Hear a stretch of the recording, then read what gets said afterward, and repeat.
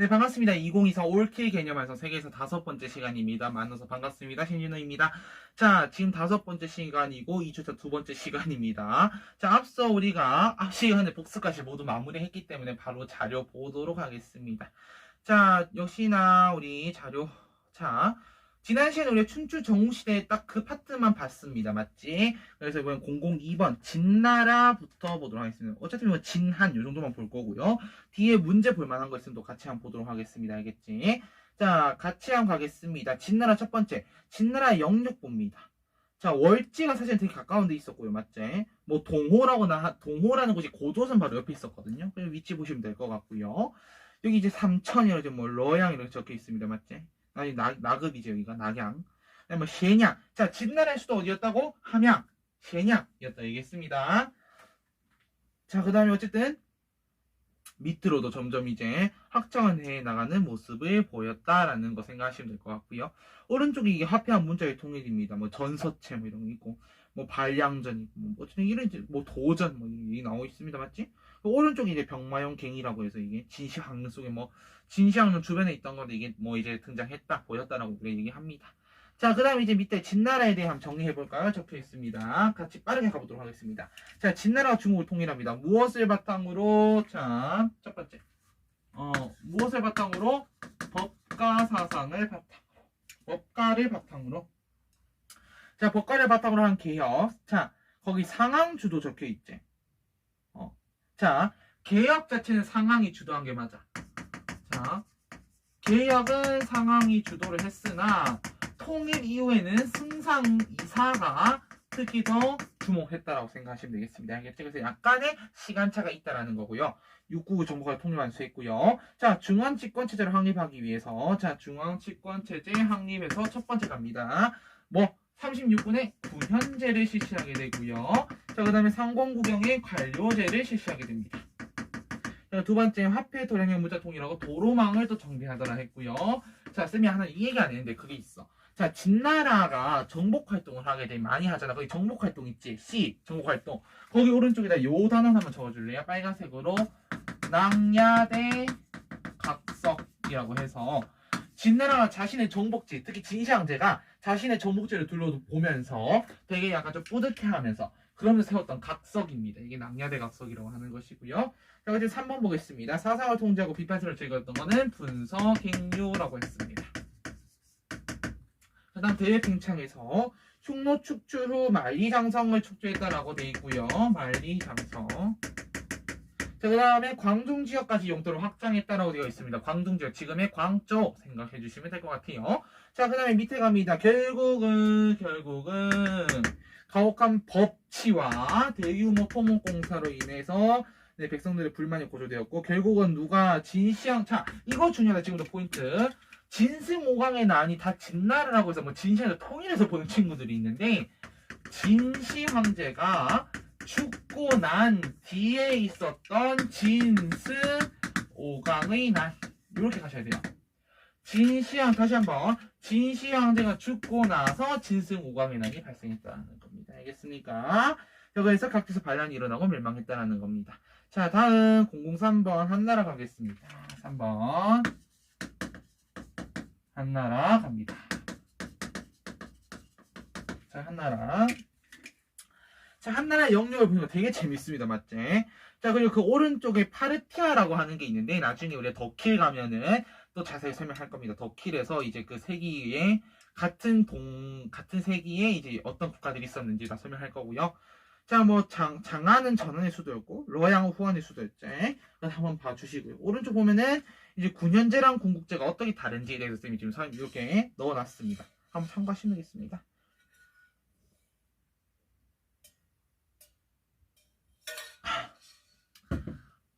말을 하다 보니 목도 아프지만은 덥기도 해요. 자, 갑니다. 자, Q1 가겠습니다. 자, 한나라는 성립합니다. 누가? 유방이라는 사람, 한고 조제. 어디에? 장안에. 여기 기원전 202년이었고요. 자, 이 사람 한고조 같은 경우는 군국제를 실시했습니다. 화친을 위해 흉노의 물자를 제공했다고 얘기를 하는데 사실은 우리 배웠지 뭐라고 백등석전도 바로 평성의 치욕 생각하시면 된다 했습니다.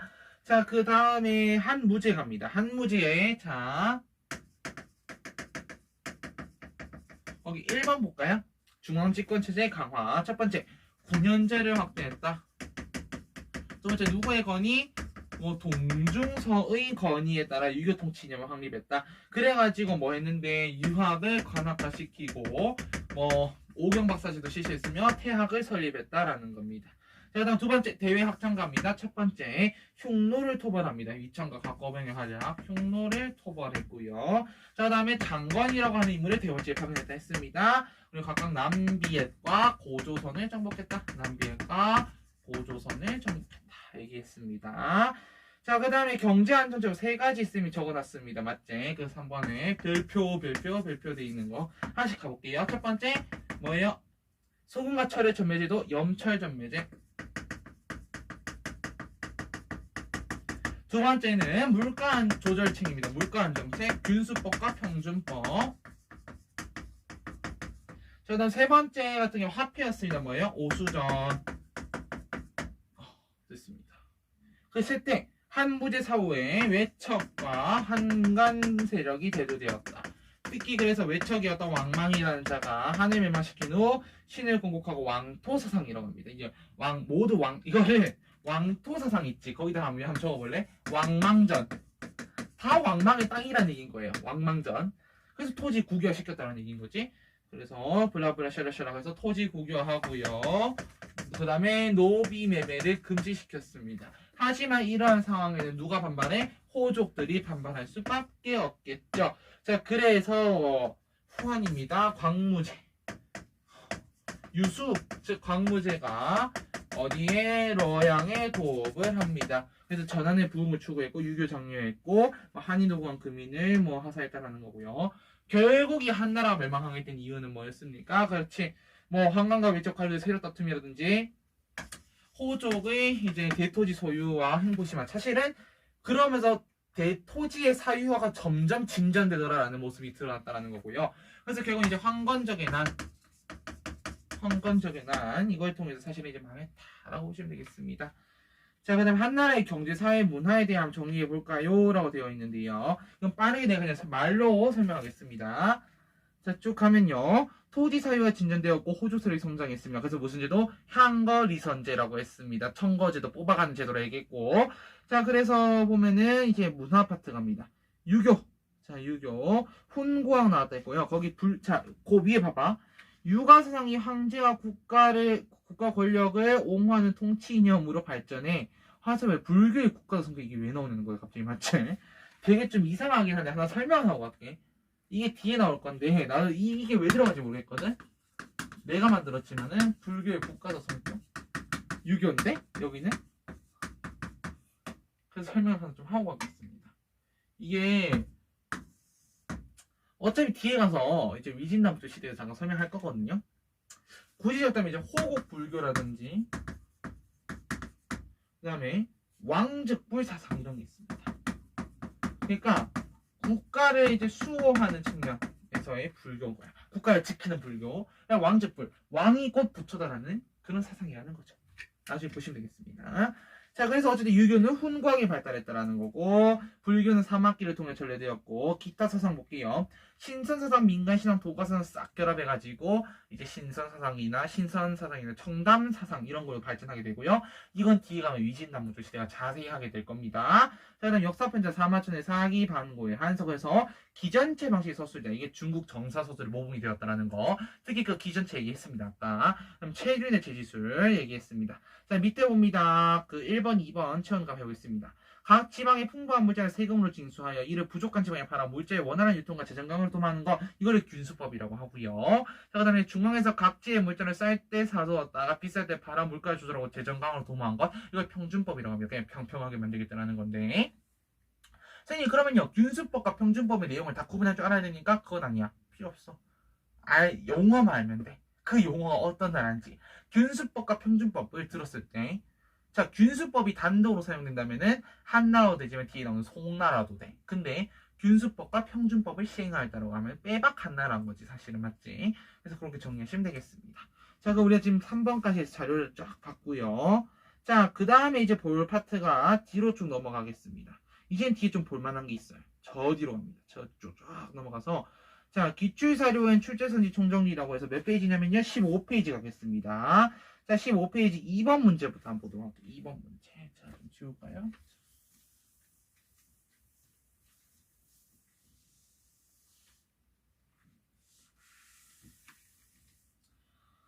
자, 15페이지에 2번을 보도록 하겠습니다. 자, 2번을 보면 잠깐만. 어디로 넣었지? 여기다 넣으면 되지. 자, 2번 보면 가황제에 대한 설명을 고르는 문제인데요. 토론 주제 보니까 뭐 그는 분석행류. 자, 키워드 찾기. 지금부터 키워드 찾는 녀석 간다. 자, 첫 번째 분석행류. 자, 나도 이게 밑줄 칠 때니 혹시 여러분들 패드로 보고 있으면 밑줄 같이 치고요.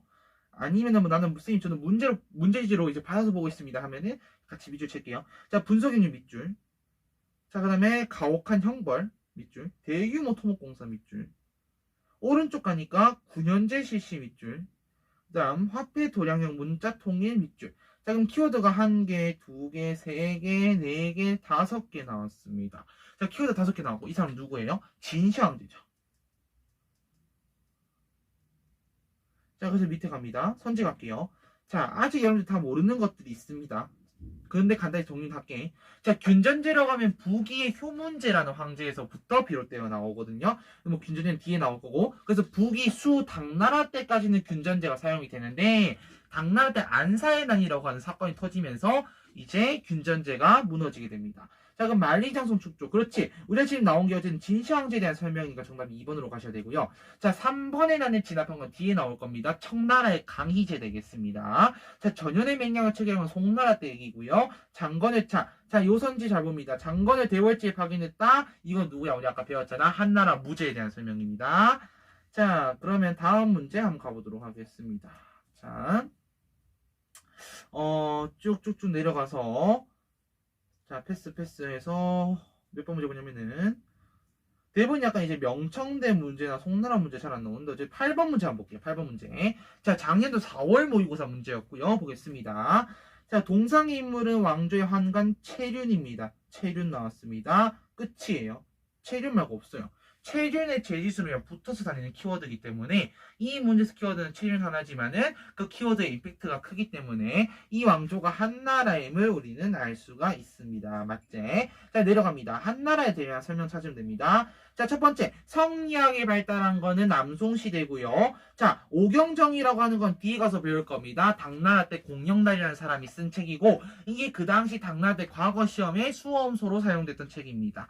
자, 세 번째 청명상하도 나옵니다. 청명상하도. 자, 청명상하도 같은 경우 이거는 송나라 때 나옵니다. 장택단의 청명상하도. 더불어서 맹원로라는 사람의 동경몽화록이라는 것까지 같이 나오는데 그건 송나라 가서 설명하겠습니다. 자, 파스파 문자 같은 경우는 원나라 때 파스파라는 승려가 만든 문자였고요. 정답은 5번 이제 반고가 역사서를 저술하였다. 반고뿐만 아니라 사마천의 사기도 있었다고 얘기했습니다. 자, 그래서 우리는 이제 8번 문제 다 봤고요. 자, 다음 이제 문제 한번 가보도록 하겠습니다. 자, 쭉 넘어가서 10번 문제를 한번 보도록 할게요. 10번 문제. 얘는 이제 7월 모의고사 문제였습니다. 자, 첫 번째 보겠습니다. 그는 흉노를 적극적으로 토벌했다. 자, 흉노를 적극적으로 토벌했다라는 거야. 그럼 너네가 아는 흉노를 적극적으로 토벌했다는 사람이 몇 명이니? 두 사람밖에 없잖아요. 진시황제나 한문제 둘 중 하나겠지. 선생님, 한고조도 있잖아요. 자, 고조는 적극적으로 토벌했다. 그 말은 쓸 수가 없습니다. 자, 그럼 밑에 갑니다. 그렇지. 반고가 이런 얘기를 하네요. 자, 동중서의 권위를 수용했다라는 거. 태학을 설립했다. 지금 두 개의 키워드가 나왔습니다. 그리고 마지막 사마광은 뭐라 얘기했냐면은 지나친 정복 사업으로 재정을 약화시켰다라는 얘기도 했네요. 어쨌든 그럼 누구 얘기하는 거야? 한나라 무제에 대한 설명이지? 자, 그러게 잡고 선지 내려갑니다. 첫 번째, 과거제를 시행하였다. 과거제는 수나라 문제 때부터 시행하게 됩니다. 수나라 문지 양제. 네, 그때부터 수나라 때 시행하게 되고요. 수나라 때부터. 자, 이갑제라고 하는 것은 나중에 배울 겁니다. 명나라 태조 홍무제 때 시행합니다. 자, 사고전서는 청나라 때 만들었던 책이라고 생각하면 되겠고요. 자, 장건의 대월제에 파견했다. 언제? 기원전 139년부터 126년까지 약 한 13년 정도, 14년 정도 보냈다라고 생각하시면 되겠습니다. 장건 대월제 파견. 요거 한무제에 대한 설명이고요.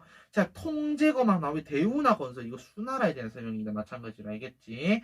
자, 넘어갑니다. 자, 다음. 자, 11번 문제를 한번 보도, 11번 문제 볼까? 11번 문제 패스하겠습니다. 당나라에 대한 설명이거든. 자, 쭉 넘어갑니다. 넘어가서 14번 문제 갑니다. 10월 모의고사 문제였거든요. 자, 현대 황제의 재위 시기래. 자, 봅니다. 첫 번째 갑니다. 소금과 철의 전매에 나왔고요. 오른쪽 갑니다. 흉노를 막고 남월을 정복하느라. 자, 여기서 남월이라고 하는 것은 바로 남비에서 우리가 남월이라고 합니다. 자, 이거 되게 쉽게 하는 방법 하나 알려줄게. 우리가 남비엣이라고 하는데 이거는 베트남어잖아요.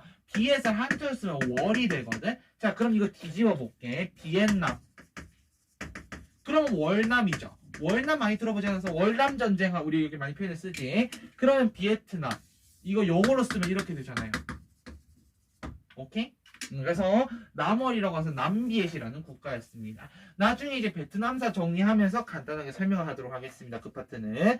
어쨌든 지금 이 선대 황제가 누구야? 염철점에서 시행했던 사람이 누구였지? 한무제입니다. 그래서 이 한무제에 대한 설명을 묻는 문제가 되겠습니다. 그래서 1번 선지 볼게요. 자, 유라고 하는 거는 뭐냐면은 명나라 태조였던 주원장이제 홍무제가 유교의 6가지 윤리다. 유교에서 필수적으로 우리가 실천해야 될 6가지 윤리다 해서 그런 걸 이제 반포하게 됩니다. 자, 다음 분석행유 이건 진시황제고요. 3번의 난을 진압한 거는 청나라 강희제라 얘기했습니다. 정답은 4번이제 장건이 서역에 파견되었다. 자, 그리고 왕한석이 신법을 추진하게 된 계기는 뭐냐면은 이건 이제 송나라의 정책이 문치주의 정책이었기 때문인데 뒤에 가서 설명하도록 하겠습니다. 자, 그러면은 이제 우리 뒤에 한 걸음 더를 가기 전에 한 걸음 더 가면 되겠네요. 자, 그럼 한 걸음 더 한번 가보도록 하겠습니다. 한 걸음 더 1번부터 봅니다. 자, 이사가 말하기를 하면서 그럼 이사 동그라미 해야지 얘들아. 그치? 자, 이사 누구대? 승상 이사요. 그렇지. 자, 이사가 말하기를 주는 일족의 자제를 봉건하였습니다. 그러나 그 뒤 제후들이 서로 죽이고 정벌했는데도 주의 천자는 이를 그치게 할 수 없었습니다.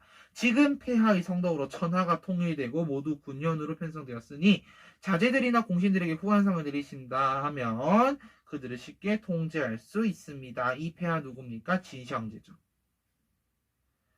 이렇게 읽고 찾을 수 있으면 되는 겁니다. 알겠습니까? 자, 다음 넘어갑니다. 2번. 역사서네요. 쭉 블라블라 샬라샬라인데 결국 이겁니다. 기전체 방식으로 쓰였고 본기, 세가, 열전, 뭐 여기는 표, 뭐 지는 없는데 표 나오고요. 어쨌든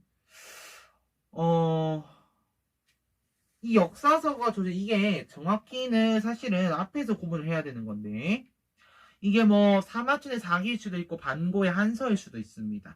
그러나 결정적으로 이 왕조가 누구냐를 물었기 때문에 한나라라고 보시면 됩니다. 그냥 한나라의 왕조구나 생각하시면 됩니다. 자, 다음 3번은 패스합니다. 3번은 우리가 배워야 할 수 있는 거고요. 자, 그 다음에 5번? 네, 5번 한번 볼게요. 주나라가 나급으로 소도로 옮긴 후 패자들은 주왕실을 받들고 오랑캐를 물리치는 명분으로까지 해서 끊으세요. 이거 춘추 5패야. 춘추 5패. 앞에 첫 문장에 대한 설명은 춘추 5패에 대한 설명인 거고요. 자, 그 다음에 이 시기에 중요한 정치 의례였던 이런 모임에서는 노인을 공격하고 양국수를 막지 말자는 등의 합의가 이루어졌다고 하겠습니다. 즉 이거는 어쨌든 춘추 전국시대에 대한 설명입니다. 이 시기는 알겠지? 자, 그 다음에 6번 보겠습니다. 자, 새로운 시대를 열었다. 법도가 바르게 정비되고 만물의 질서가 바로 잡히니 정치가 제대로 이루어지고 부자간이 화목해졌다. 농업은 장려되고 말업은 억제되니 백성이 부유해졌다. 온 천하가 한마음 한뜻이 되었다. 도량 형기가 통일되고 문자도 통일되었다. 황제의 공덕은 오제보다 뛰어나고 그 은혜가 소와 말까지 미친다. 오죽하면 삼황 오제보다 뛰어난다 해서 그 황과 제를 떼서 황제라는 칭호를 썼을 정도였지. 낭야대가 속의 동그라미. 그 위에 우리가 읽어보니까 누군지 알겠죠? 진시황제에 대한 설명이지. 진시황제 되겠습니다. 자, 다음 쭉쭉 넘어갈게요. 넘어가서, 쭉쭉쭉쭉쭉. 되게 조용하다, 맞지? 쭉쭉쭉 넘어가겠습니다.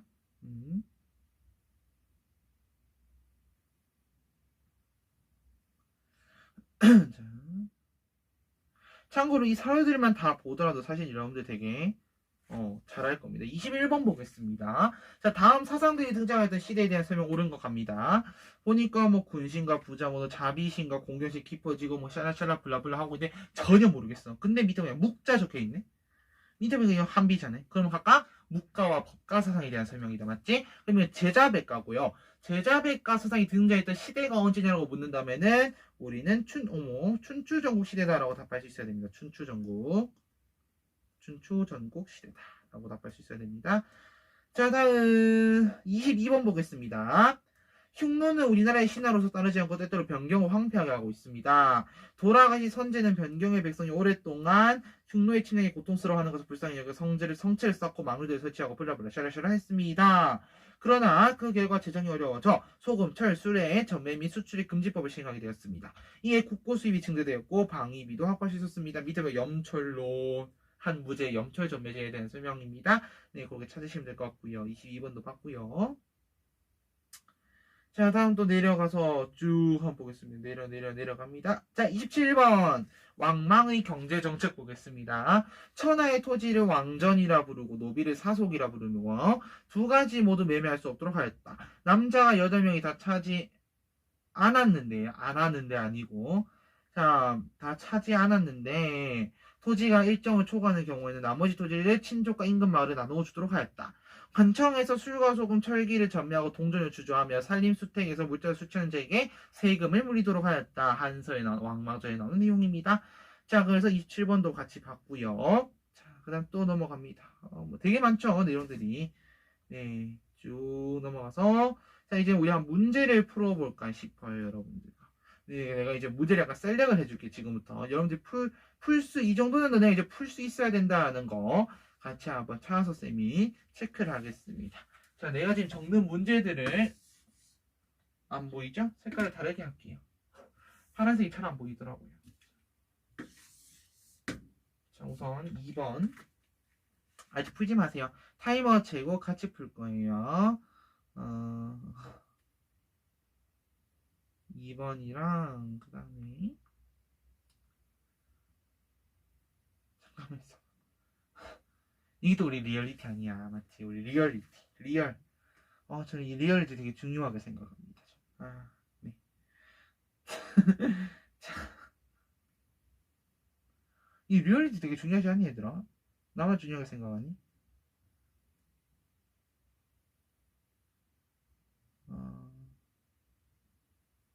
8번 문제. 2번. 자, 지금 평가원 파트 문제 푸는 거야, 우리. 2번과 8번. 그 다음에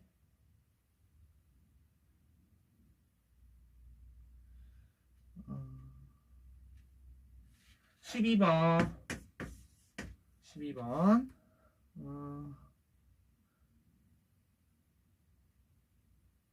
이렇게 세 문제 한번 풀어보도록 하겠습니다. 자, 2번, 8번, 12번. 쌤이 1분 드릴게요. 1분, 모자라요? 네, 2분 드리겠습니다. 네, 2분 드릴 테니까, 우리 그 세 문제 풀고, 그 다음에 해설하고, 다음 내용 이제 위진나무 쪽으로 들어가 보도록 하겠습니다. 그러면은 2분 들어갈게요. 시작. 네, 2분 끝났습니다. 그럼 하나는 한번 보도록 하겠습니다. 2번 문제부터 볼게요. 작년도 6월 평가원 문제였습니다. 6월 평가원 4번 문제였고요. 자, 한번 볼게요. 한국어는 중국 허난성 링바오시 다 필요 없어, 얘들아. 자, 역사 문제 푸는데 이게 하나 다 읽을 정신 없습니다. 여러분 어떻게 한다고? 키워드만 빠르게 쳐서 이러이러한 키워드를 통해서 이거구나라고 생각하면 돼. 너네가 빠르게 풀 수 있는 문제만. 근데 사료 해석형까지 좀 이따 보여줄 건데 그런 거는 사료 하나 다 읽으셔야 돼. 지금 이런 문제 이걸 이렇게 읽는 겁니다. 자, 보니까 천하를 통일한다는 키워드 하나 나오고요. 천하 통일. 그 다음에 수도 셰냥, 도로마 36군 끝. 자, 키워드 몇 개 나왔습니까? 난 4개 찾았는데. 키워드 찾기 싸움인 거야. 천하통일, 수도 셰냥, 도로망 건설, 뭐 정비, 그다음 36군. 그럼 이거 누구예요? 진시황에 대한 설명. 선지 내려갑니다. 군국제, 한나, 고조, 향거리 선제 한나라에 대한 설명. 진승오광의 난 진나라예요. 근데 황제의 제위식인데 이래서 틀리는 거야 얘들아. 다시 한번 설명할게요. 진승오광의 난은 언제라고? 정확히는 진2세 황제 때야. 즉 진시 황제 사후라고. 근데 여기서는 지금 진시 황제 때를 묻고 있는 거잖아. 맞지? 그래서 3번 안 됩니다. 3번 고른 친구들 제일 많았거든요. 균수법 평준법은 한나라 무죄였고요. 정답은 5번이었습니다. 흉노 세력이 북쪽으로 밀려났다. 왜? 그 목념이라는 장군을 보내가지고 어디래? 그치, 오로도스 지방을 차지했잖아. 자, 다음 8번 문제 가보겠습니다. 8번 문제. 가왕조에서 있었던 사실 옳은 것입니다. 수능 문제였거든요. 이거는 볼게요. 사효가 무공현의 요런 건 다 읽어야 된다는 얘기야. 사효가 무공현의 우물에서 안한공이 황제가 되리라라는 부명이 적혀있는 흰색 돌이 발견되었다고 상주하였다. 안한공은 황후 왕씨. 자, 황후 왕씨의 아버지 밑줄. 황후 왕씨의 아버지였다. 당시 태후는 이는 천하를 미혹하는 것이 따를 수 없다라고 반대하였지만 재상 왕순이 일이 이렇게 된 이상 막으려 한들 막을 수 없습니다라고 다자다념하였다. 얼마 후 안한공은 황제에 즉위하여 새 왕조를 개창하였다. 거기 밑줄. 얼마 후 안한공은 황제에 즉위하여 새 왕조를 개창하였다라고 했습니다. 자, 어쨌든 안한공이 황후 왕씨의 아버지이기 때문에 안한공도 왕씨야. 왕씨. 성씨 왕씨입니다. 그러나 오래지 않아 밑줄 갑니다. 이 왕조는 호족의 반발로 붕괴되었다는 거고. 자, 뒤이어 가가 재건되어 러양으로 도읍을 장기간 이어졌다. 가가 재건되어 러양을 도읍으로까지 밑줄. 자, 1번, 2번, 3번, 4번 이렇게 한 매기고 출발합니다. 자, 황후 왕씨 아버지. 황후와 왕씨? 외척 왕망 도르장면은 바로 그렇지. 사실은 3번 문장까지 읽고 이 나라가 신나라 얘기를 하고 있었구나라는 건 파악했어야 됐어. 근데 뒤이어 가가 재건되어 러양을 도읍으로 했다 했어. 그럼 가는 한나라에 대한 설명인 거야. 특히 후한에 대한 설명이겠지. 맞지? 실제로 이제 체륜의 제지수 같은 경우는 후한 때 개발이 되긴 하거든요. 자, 볼게요. 1번 선지. 자, 곽수경의 수시력이라고 하는 건 수시력 자체 원나라 때 나온 역법입니다. 자, 공룡달의 오경정이 쌤쌤 한나라 문화파트하면서 얘기했는데 기억납니까? 그렇지. 오경정이라고 하는 것은 당나라 이제 과거의 수엄서였다 생각하면 된다 했고요. 도연명의 기거를 사는 위진남부조 시대입니다. 그 다음에 체륜의 제지술 정답은 그렇게 해서 몇 번? 4번이고요. 장택단의 청명상하도 이거 마찬가지로 송나라 때 얘기 되겠습니다. 그래서 참고로 이 8번 문제 좀 약간 어려웠어요. 2번 문제 치고도 8번 문제 좀 약간 어려운 느낌이었거든요. 자, 12번 문제 보겠습니다. 12번 문제. 자, 12번 문제 보니까 얘도 좀 읽어야 돼요. 자, 잘 찾습니다. 볼게요. 가의 제2대 황제가 말하기를 선제께서는 수도 시행량의 조정이 좁다고 여경 아방공을 짓도록 하셨다. 거기 밑줄. 선제께서는 부터 해서 짓도록 하셨다. 밑줄. 자, 그러나 궁실이 완성되기 전에 세상을 떠나시는 바람에 공사를 그만두고 여산의 흙을 덮어 봉분을 만들었다. 지금 여산의 공사가 모두 끝났는데 아방궁 건립을 마무리하지 않고 그대로 두는 것은 아방궁 건립 밑줄. 선제께서 잘못된 일을 벌이셨다고 말하는 것이 된다라고 하면서 그동안 중단되었던 아방궁 공사가 재개되었다라고 하죠. 각각 1번, 2번 이렇게 해서 매기겠습니다. 알겠지? 그리고 찾겠습니다. 아방궁 얘기했어. 그럼 우리 기억 다 해야지. 대규모 토목공사. 그렇지. 진나라에 대한 설명입니다. 진나라 왕조예요. 자, 그럼 보겠습니다. 선지 1번. 유규반포는 명나라고요. 명나라 태조 홍무제고. 자, 군기처라고 하는 것은 청나라 옹정제 때 만들었던 군사기구이면서 동시에 정무도 같이 보는. 그래서 일종의 우리나라의 비변사 느낌이었다고 생각하면 될 것 같고요. 자, 고려 원정이 추진된 거는 수나라, 당나라 때 둘 다 됩니다. 장건이 서역에 파견된 거는 한나라 때고요. 진승 오광의 난이라고 하면 여기 정답 되겠습니다. 5번 이렇게 될게요. 자, 여기까지 해서 우리 문제까지 풀었습니다. 자, 문제 하고 자료도 받고 잠깐만요. 문제도 받고 자료도 받고. 자, 그럼 우리는 이제 본격적으로 다시 필기 들어가도록 하겠습니다. 자, 장면 11로 넘어갑니다. 자, 테이블에 갖다 놓고 물을 좀 한잔 마실게요. 물 한 입.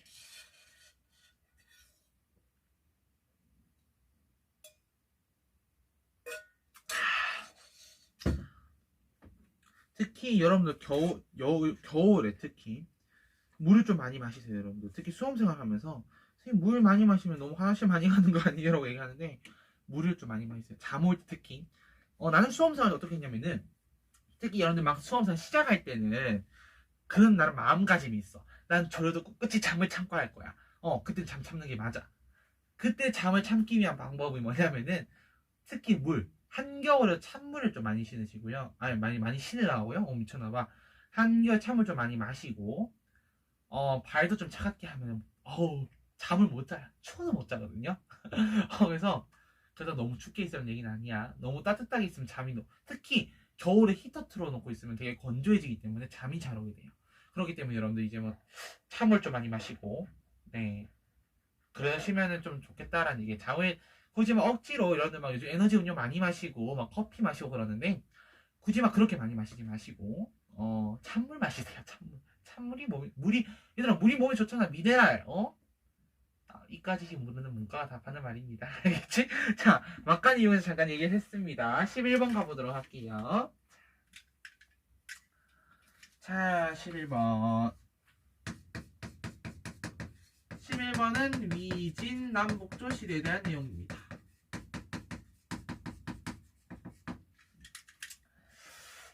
첫 번째 시대 흐름부터 나와 있기 때문에 쌤은 이거부터 설명을 하겠습니다. 자, 이 시대 흐름이라는 게 뭐냐면은 우리가 그 중국사 개간할 때 했던 그 파트를 다시 끌고 오겠다는 얘기예요.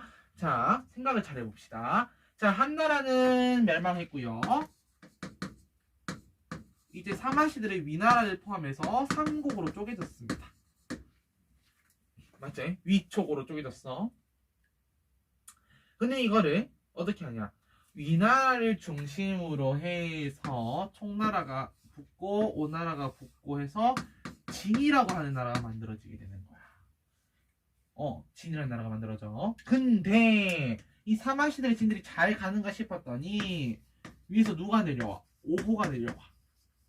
흉노, 선비, 갈저강이라고 하는 5개의 오랑캐 민족이 내려오게 되는 거야. 근데 왜 내려왔다 얘기했었지? 혹시 기억납니까? 그렇지. 이 진나라가 이 위쪽, 그러니까 총나라, 오나라를 통일하는 과정에서 외목, 그러니까 이런 유목 민족들을 불렀던 거야. 불렀었는데 그에 대한 이제 보상으로 준 게 너무 미미했던 거지. 그래서 오호가 빡이 친 거죠. 야, 너네 우리를 이용해서 전쟁에서 이겼으면서 너네 우리한테 이것밖에 안 주니 난 좀 서운하다. 그게 돼버린 거야. 알겠지? 자, 그러면서 자, 진나라도 내려가게 돼요.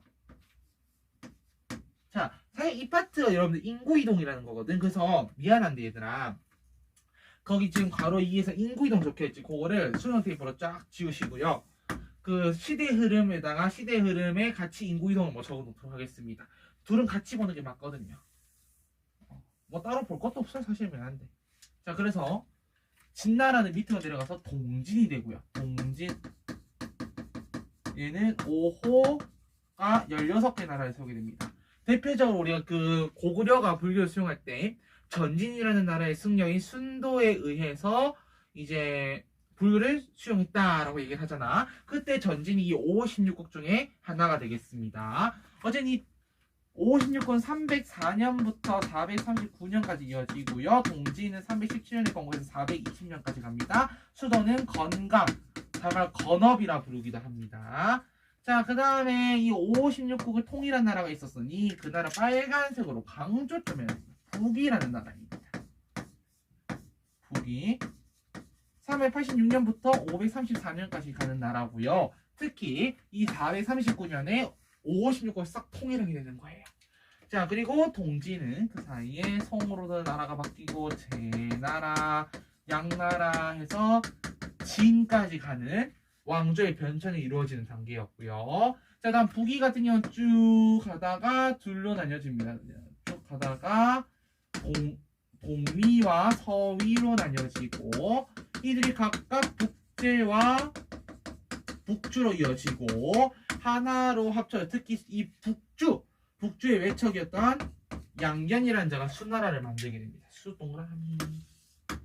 그리고 이 진나라도 수에 요렇게 합류하면서 요게 이제 위진남조 시대 흐름이 되는 거예요.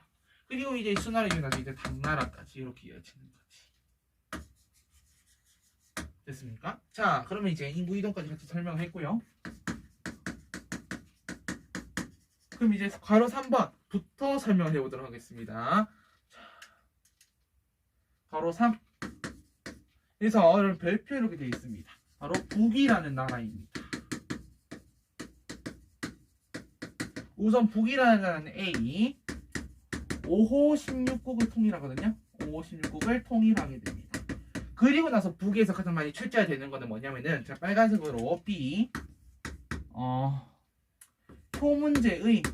효문제의 한화 정책이라고 하는 거야. 거기 통치 정책 이렇게 적혀 있네, 맞지? 거기 통치 정책 효문제라고 빈칸 쓰시고 밑줄 친 데는 효문제 쓰시고요. 거기 통치 정책 오른쪽에다 이렇게 가로해서 한화 정책 이렇게 하나 적어주세요. 한화 정책. 자, 그럼 지금부터 이 한화 정책에 대한 설명해 보도록 하겠습니다. 우선 첫 번째. 자, 북위는요 선비족의 국가거든. 근데 이 효문제가 즉위하게 돼서 어떻게 하냐면은 자신들이 기존에 쓰고 있던 성시인 탁발시를 버리고요 원시로 바꾸려고 합니다. 두 번째, 조정 내에서는 호어와 호복이 금지되었습니다. 즉 뭐냐, 오랑캐의 말, 오랑캐의 복장을 하지마, 우리 이제 한족식으로 갈 거야 라는 얘기를 하는 거고요. 세 번째, 노란색으로 원래 얘네 수도는 평성이었거든요. 러양으로 천도합니다. 즉 수도를 남하시켰다는 얘기인 거야. 이를 통해 어쨌든 왜냐, 러양이 어디 수도였는데 후한의 수도였잖아. 그래서 이렇게 천도를 했습니다. 자, 그리고 네, 웬만한 거 다 얘기했고요. 요거 얘기해야 되겠네. 안 돼.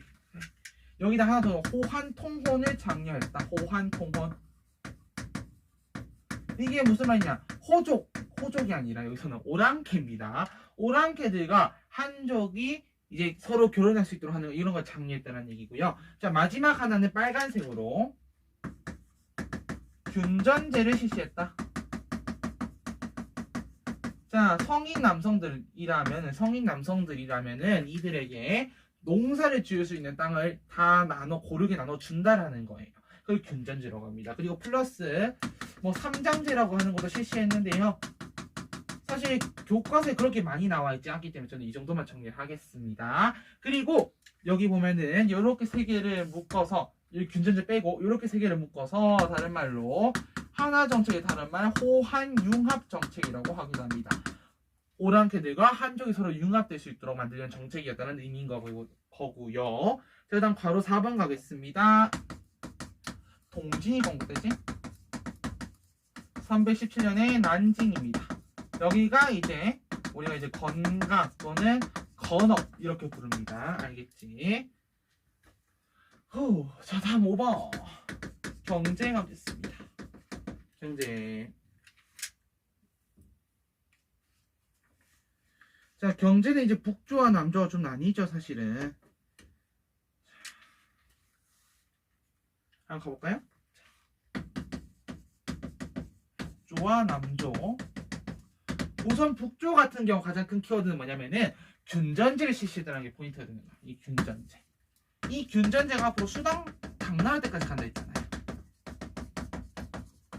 어제는 되게 메리트가 있는 제도이기 때문에 굉장히 오래 간다는 얘기인 거거든. 그다음 남조 같은 경우는 본격적으로 강남 지역을 개발하게 돼요. 참고로 하나 얘기를 하자면은 그때 이 한족 애들이 동진 이렇게 남하를 했어야 됐잖아요. 이들이 강남을 그렇게 싫었던 이유는 강남 지방은 되게 좀 뭐라 해야 될까, 모자란 사람들이 많이 가는 지역이더라고 생각을 했었대 이때 한나라 사람들은. 근데 실질적으로 강남이 되게 땅이 좋은 이유가 뭐냐면은 거기에 대해 약간 늪지대거든요. 농사 지면 그냥 끝내줘요. 농사 진짜 잘 돼. 여기가 기후도 좋아. 오죽하면 기원전 6000년경에 처음으로 벼농사를 실시했던 곳이라니까.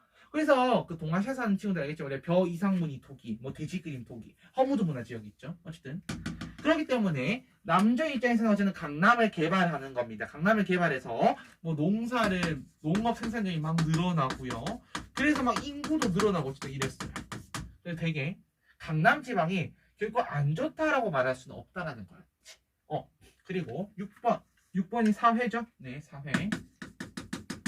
이때는 주요 세력이, 자, 한나라 때 주요 세력은 호족이었지. 근데 쌤이 호족과 귀족의 차이 얘기해준 거 기억나요? 그렇지. 자, 호족 애들이 자기가 먼저 올라와가지고 지방 후배들 막 청거서 끌어올려주는 거야.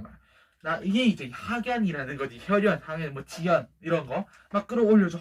그러니까 점점 중앙에서 세력을 잡고 있는 사람이 늘어나게 되는 거야. 지방에서보다 중앙에서 세력을 잡는 사람들이 늘어나게 되는 거지. 자, 그러면서 뭐가 문벌귀족 세력이 성장하게 되더라.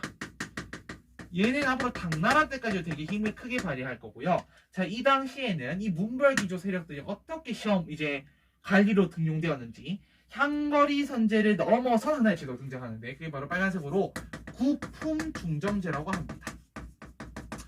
이게 뭐냐면은 중정관이라고 해서 관리가 있어. 이 사람들이 이제 사람들을 뽑는 관리인데요. 이 중정관들이 딱 돌아다니면서 이 뭐 사람을 이제 9품으로 나눠서 등급을 매겨가지고 이 사람은 1등급입니다 하면 막 데리고 올라오는 뭐 이런 제도였던 거야. 근데 이게 향거리 선제와 마찬가지로 굉장히 좀 약간 비리의 온상이라든지 그런 식으로 약간 악용이 되기 시작합니다. 자, 그러면서 이게 약간 자기 그 제도 스스로 그 고유의 기능을 잘 발휘하지 못하게 되는 그런 단점을 가지게 됩니다. 하지만 수나라로 가게 되면 과거제가 등장하면서 고품중정제가 폐지됩니다. 알겠지? 자, 그 다음에 이제 문화 파트를 가보도록 할게요. 문화 7번. 문화는 이렇게 정리해야 되겠네. 이렇게 쫙 해서 됐다. 북조와 남조로 한번 정리해 보겠습니다. 문화의 특징을 우선 한번 정리할 필요가 있거든요. 그래서 그걸 한번 정리해 보도록 할게요. 자, 북조 같은 경우는 문화 특징이 어떠냐면은 되게 뭐라 해야 될까요? 나는 소박해. 강인하고, 자, 강인함. 그러면서 약간 소박함. 특히 북조에서는 불교 문화가 되게 융성하게 되고요. 남조 같은 경우는 되게 귀족적이고 동시에 현실 도피적인 거야. 왜냐? 자신들의 이러한 상황이 마음에 들지 않았다라는 거거든. 현실 도피적이고. 그러다 보니 이제 도교가 융성하게 됩니다. 알겠지? 특징은 대충 이렇고요. 자, 유학 돼 있는 거 맞죠? 유학. 그렇지. 나 유학 다음 정리해 보겠습니다. 북조의 유학은요 그렇게 중요하진 않아. 유학 파트 자체, 자, 이제서 얘기합니다.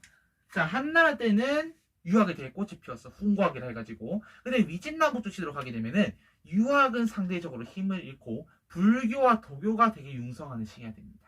근데 이러한 유학이 다시 당나라로 가게 되면 힘을 찾게 되거든요. 그러니까 지금 별 내용이 없어요. 근데 굳이 유학을 적어보자면은 북조 때는 경학이라고 하는 게 발달했다라는 거고요. 남조에서 유학이다라고 하면은 뭐 이런 건 될 수 있겠다. 남조에서 유학은 그냥 그 훈구학을 계승했다라는 것 정도만 보시면 돼요. 크게 중요하지 않다라는 거야. 그럼 선생님 진짜 중요한 건 뭔데요? 그 밑에 있는 거, 종교에 있는 거. 이게 진짜 중요하거든. 그거 잘 봐야 돼. 자, 첫 번째, 북조는 불교가 되게 융성했다 했습니다. 그래서 이들은 굉장히 호국 불교적 성격에서 호국 불교, 왕즉불 사상을 통해서 통치를 했습니다. 왕이 꼭 부처다라는 거고요. 그래서 이들은 빨간색으로 화살표 대규모 석굴사원을 짓게 되는데요. 그 대규모 석굴사원이 윈강사원이라든지 룽먼사원 두 군데 되겠습니다. 윈강과 룽먼, 윈강, 룽먼 이렇게 되겠습니다.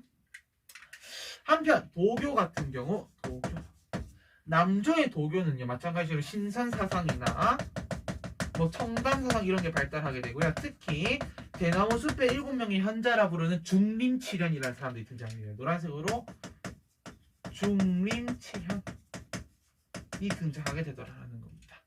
뭐 하나 더 여담을 얘기하자면요, 이 도교는 선생님 그러면요 우리 아까 그 지난 시간에 그 한나라 말에 도교가 태평도, 오두미도 이런 식으로 발전했다 했잖아요. 그러면 남조에서 이 도교는 뭐 누가 뭐 체계화시켰습니까? 라고 물을 수가 있어, 맞지? 도교를 체계화시킨 사람은 사실 북이라는 나라예요. 아까 요 북이야. 이 북의 구겸지라는 사람이야. 근데 체계화는 그 사람이 했으나 그 종교가 유행한 거는 남조에서 유행했다는 거지. 됐습니까? 자, 계속 갑니다. 그 다음에 문학입니다. 문학부터는 경계가 없죠? 자, 문학부터는 여기 경계가 없습니다. 지울게요. 문학과 해학. 자, 문학은 여러분 대표적으로 아는 도연명, 자, 여러분들 앞으로 국어 하면서 되게 많이 나오는 사람 도연명입니다. 도연명의 기거래사라는 작품인데요. 이 도연명이 왜 유명하냐면 특히 도연명도 약간 현실 도피적인 성격을 띠고 있었어. 그래가지고 이 도연명의 책에 보면은 무릉도원이라는 게 나오거든요. 이제 그 복숭아 가득 그 천상계 복숭아 되게 야 천상계 복숭아 되게 비싼 거 알지? 그 맛있는 복숭아주도 있고 하는 곳인데 어쨌든 그 무릉도원 나오고요. 그래서 뭐 이렇다라는 거. 그리고 고개지라는 사람의 그림 여사장도라는 그림이 있어요. 그래서 이렇게 해서 위진남쪽 정리하시면 되겠습니다. 네, 그렇고요. 뭐 승려들의 활동 이런 거는 사실은 잘 이제 동아시아사에서 유학과 불교 파트에 나오는 거고 우리는 안 나옵니다. 네. 여기까지 하면 우리 지금 위진 남북조 시대까지 정리한 거거든요. 자, 그러면은 쫙 정리됐죠? 자, 다음 시간에 수나라, 당나라 정리하고 마치도록 하겠습니다. 사실 오늘 나의 목표는 송, 요, 금, 서하까지 못해도 원나라까지는 나가는 거였는데 송, 요, 금, 서하는 무슨 네 그렇습니다. 어쨌든 이번 시간 저는 수고 많으셨고요. 우리 다음 시간에 네, 수당 쫙 설명하고 그 다음에 자료 보고 그 다음에 마치도록 하겠습니다. 네, 어쨌든 이번 시간 저는 수고 많으셨습니다. 다음 시간 우리 10분 쉬다 보도록 할게요. 안녕.